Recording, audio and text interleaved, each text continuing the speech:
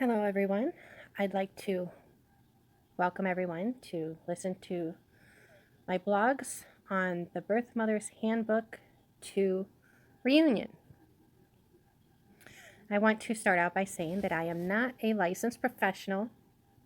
I am just basing these off of lived experiences and from educating myself from things I've read and from others' experiences. Experience is what is important these days, and we learn from others' experiences. So today we're going to talk about reunion.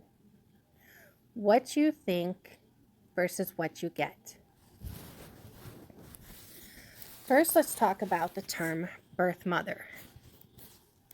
Every natural mother is going to have her own preferred choice of title based on what feels comfortable with her.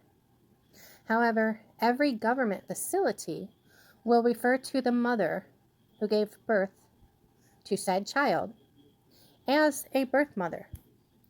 That is why I chose that term for this playlist.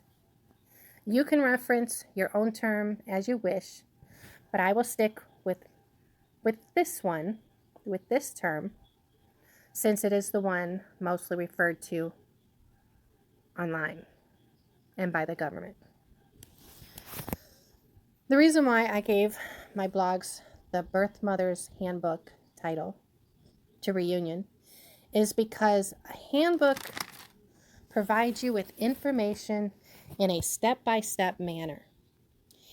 And the information will likely be something that you may or may not find somewhere else. A handbook provides things in a more simplified manner, and I'd like to say that I am going to try my best to keep things as simplified for everyone to understand. So let's first talk about our first initial contact with your adult child. There are several ways that this can happen. There is social media, mail, phone, through a search site or agency, or even through another family member or friend. After the very first initial contact, both parties' anxiety level are going to start peaking. All different thoughts will be swarming inside your minds. As the birth mother, if you're the one who has anxiously awaited seeing your child again, the first thing you're going to feel is a flush of dizziness, your blood pressure is going to boil, and your heart rate is going to go up. It's going to beat a lot faster. You're going to lose sleep, and all you'll keep picturing yourself doing is seeing your child, running up to them, wrapping your arms around them, and kissing their little cheeks like you would a baby. Well, and you're going to picture them welcoming you with open arms, and you're going to think that you can now happily pick up from where you left off. But from your child's perspective, they look at it as, I'm agreeing to meet with a stranger in a public place. Someone I've never seen before in my life. I don't know anything about them. All I know is that they act like they know me. And I know that this is someone that I have to learn about. And then when they see you, they're going to be thinking, why are they acting so excited and happy? This is the same person who gave me away, the same person who didn't want me. And at this point, reasons and excuses do not matter to them. So if you're listening to this, at this point, you're either way past this part of reunion and you're realizing now how unprepared you were, or you're getting ready for reunion and trying to learn all that you can. And if you haven't yet had your reunion, then I would strongly suggest that you find therapy with someone who specializes in adoption and knows about reunion so that you're not unprepared with what to expect. The internet is a great tool that many of us didn't have back in the day for support. So make the most of every resource that you can find. because resources are very important if you're going to be able to survive this. Okay, so let's go back to your first initial contact online or in what other form of way that they may or may not contact you. At this point, all your adult child has right now is the need for answers. They want to know why you didn't want them.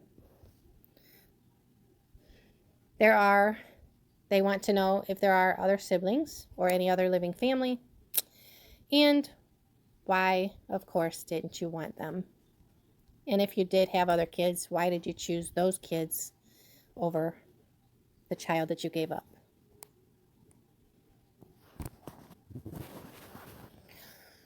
So, us, as the birth mother, the one who gave birth to them, you will be filled with depression, defense, and wanting to give proof.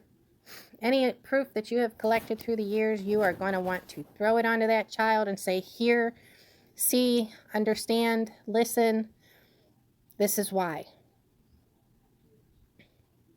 Your adult child is not going to be prepared for your tears. And they may even be internally angry at you for crying because you were the one who gave them away and did not want them. So why are you acting like you want them now? I'm just referring to things from the child's perspective at this point. I am not talking about the reasons at this point that things may have happened. And when I say gave up your child, I am not saying that you may have willingly, you may have or may not have willingly placed your child or children, but from their perspective, all they know is that you willingly gave them away and did not want them. And at this point, we're talking about the first initial contact and where their mind frame is at and their thinking. And the fact that the questions that you answer for them and the things that you talk about are not always going to be remembered by them. And you will find yourself repeating and explaining and keep defending yourself, because while they ask you these things, they are always doubling your responses. You're always going to be repeating yourself. Because in their mind, honestly, no matter what kind of reason that you may give them, they're not going to buy it. It's not going to sit well with them because they weren't there. They don't know what you went through. They don't know where your thinking was at that time. And all they know is that they were rejected.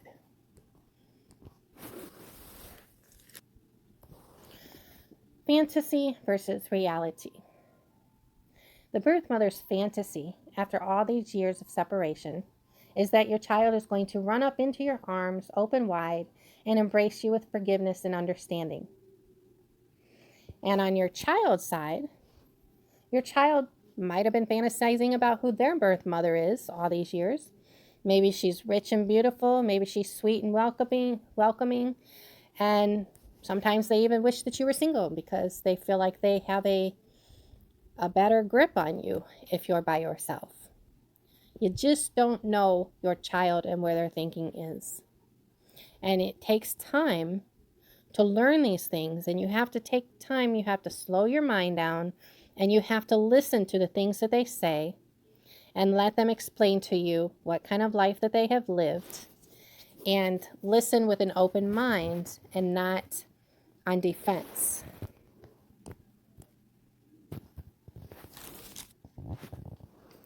Listening is very important. And in your mind, you will be thinking about, at this point, how much time has been wasted. And now that you're older, and life is getting short, that you just want to make the most out of what time you have left. And at this point, the first few days are going to be, everything is going to be surreal. And your breathing is going to be heavier than normal. And if I were to compare it, I would say it compares to like as if you're dipping in a swimming pool for the first time of the season. And you get that breath of the pool water. and that initial cold feeling and that surreal, euphoric feeling that you feel. When you do go for your first contact, I don't recommend being the one to drive. I personally was very disoriented, even though I was in a place that I knew. And the desire will be there to rush, rush, rush, and beg, beg, beg for forgiveness.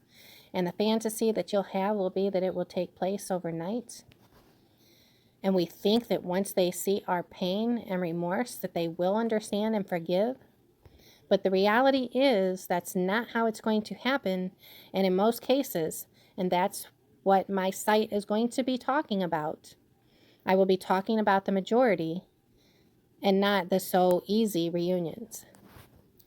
The important thing is for you, for the birth mother, to know is that in today's day, you are not alone, and you don't have to go through it alone.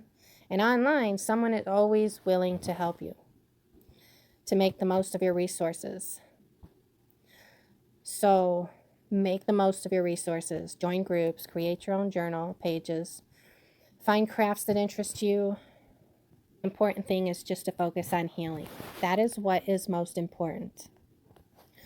So I want to thank you for listening to my journal, and hit the subscribe button for future blogs, and post your comments down and let me know what you think. Tell me about your experiences, ask me questions, and we will help you try the best to get you through this. Thank you for listening.